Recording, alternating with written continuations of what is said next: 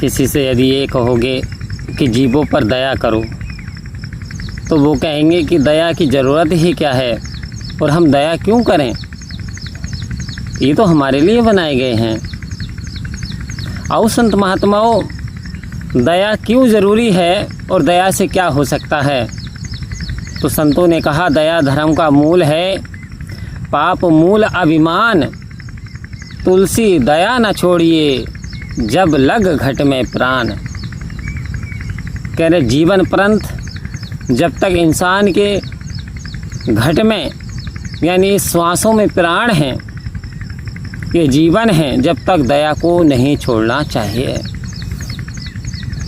क्योंकि जैसा यदि हम करते हैं वैसा ही हमें उसके बदले में मिलता है। यानी कांटे बोए बबूल के तो आम कहाँ से खाए, और करनी करे तो क्यों करे, क्यों करके पछताए।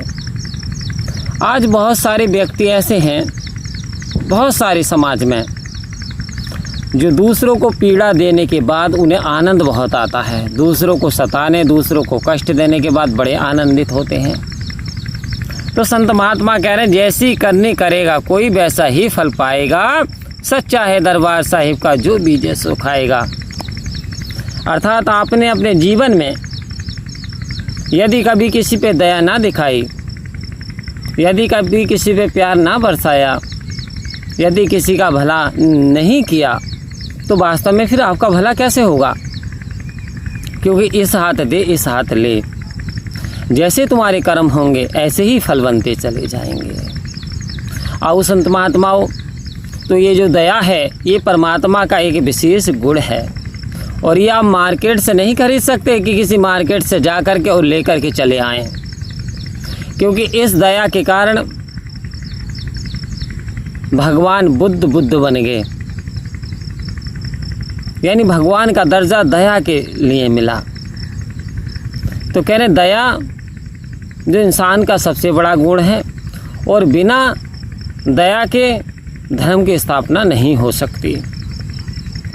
जब समझिए कि आपके अंदर दया उत्पन्न होने लगी, प्रेम बढ़ने लगा, स्नेह बढ़ने लगा, शालीनता सहनशीलता आने लगी, समझ लें कि ईश्वरीय क्वालिटी आप पर आने लगी।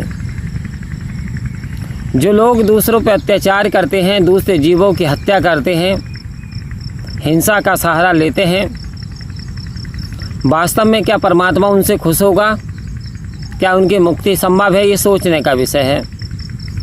क्योंकि एक पिता के यदि 5 संतानें हैं और 5 संतानों में यदि 4 को तुम सताते हो, उनके साथ दुर्व्यवहार करते हो, तो क्या पिता खुश होगा। पिता कभी खुश नहीं हो सकता। पिता कौन है।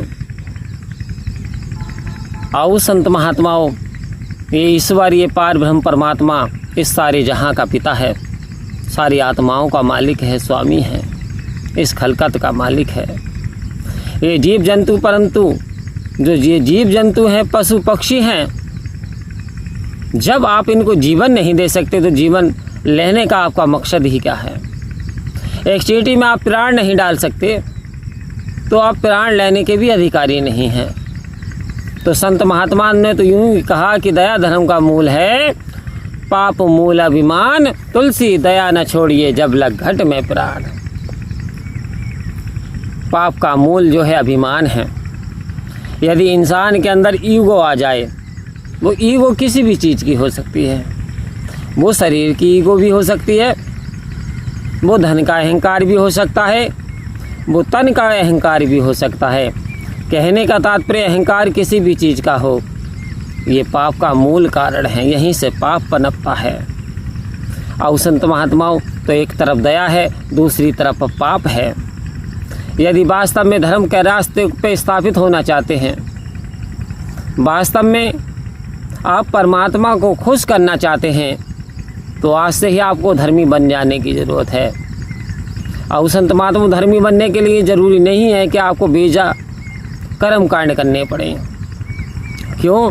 क्योंकि खुशबू के स्वामी के आगे जाकर दीप जलाता है,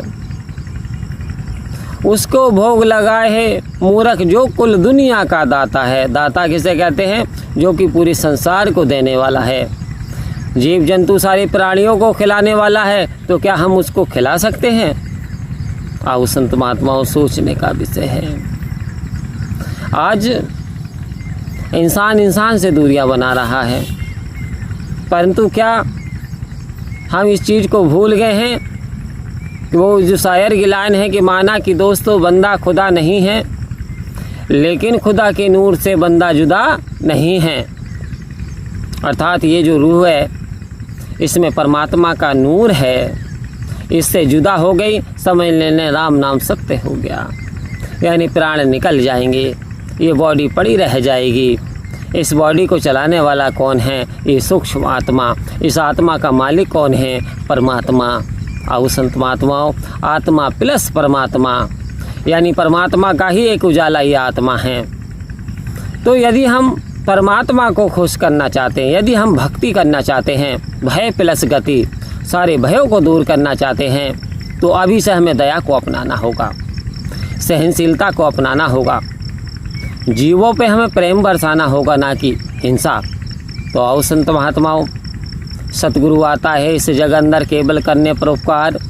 आज सतगुरु इस धराधाम पर आए हुए हैं परोपकार करने के लिए। परोपकार दूसरे का भला, दूसरों की पीड़ा तकलीफ हरने के लिए, क्योंकि इस संसार में धनवंता कोई नहीं है, और धनवंता वही है जिसके पल्ले नाम रतन धन होए।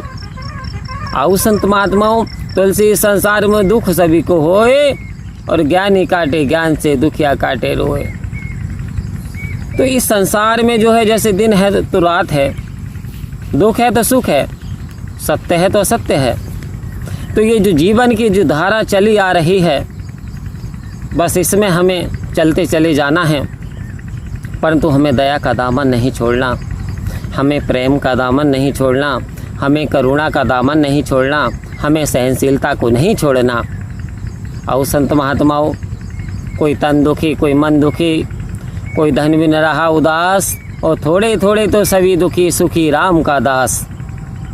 यदि जीवन में खुशहाली चाहते हैं तो राम की शरण ले लें। राम रमेति रमेति राम, जो कि रमा हुआ है, कृष्ण जो कि कण कण में समाया है।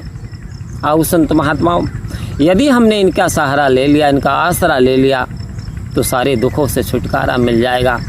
क्योंकि संसार में जिसे आप देखते हैं ये सबसे खुशहाल है, अरे वही तो सबसे बड़ा तंगहाल है। आप देखते हैं ये मुझसे माला माल है, अरे वही तो सबसे ज़्यादा कंगाल है। तो कौन दुखी है? इस संसार में सभी दुखी हैं, और सुखी है जिसने परमात्मा का जो दास बन गया, जो भक्त की श्रेणी में आ गया। क्योंकि संतों ने कहा, चाहा गई चिंता मिटी मनवा बेपरवाह, और जिसको कुछ नहीं चाहिए सही सोई तो शहंशाह। पहले तो अपनी इच्छाओं पे कंट्रोल कर लो, अपनी विशेष ये जो चाहते हैं लंबी लंबी, ये जो तुम्हें रुलाती हैं कुल्लाती हैं, और जो रातों में तुम्हें जगाती हैं, तुम रात को भी बिता देते हो, तुम दिन को भी बिता देते हो। भविष्य के चाहत में तुम वर्तमान को यूं ही गवा देते हो। तो इस वर्तमान को संभाल लो। आओ संत महात्माओं, इस वर्तमान को जी लो, क्योंकि क्या भरोसा है ज़िंदगी का, और आदमी बुदबुदा है पानी का। इंसान 4 दिना की चांदनी, फिर अंधेरी रात।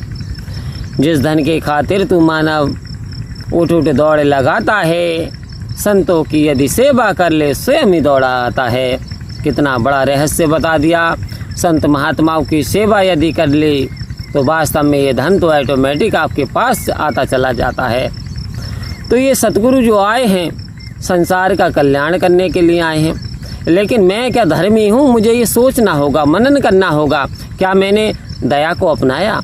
क्या मैंने प्रेम को अपनाया? क्या मैंने करुणा को अपनाया? क्या मैंने जीव जंतुओं को हिंसा तो नहीं की? ये एक सोचने का विषय, मनन करने का विषय है। परम प्यार से बोलिए धन्यवाद जी।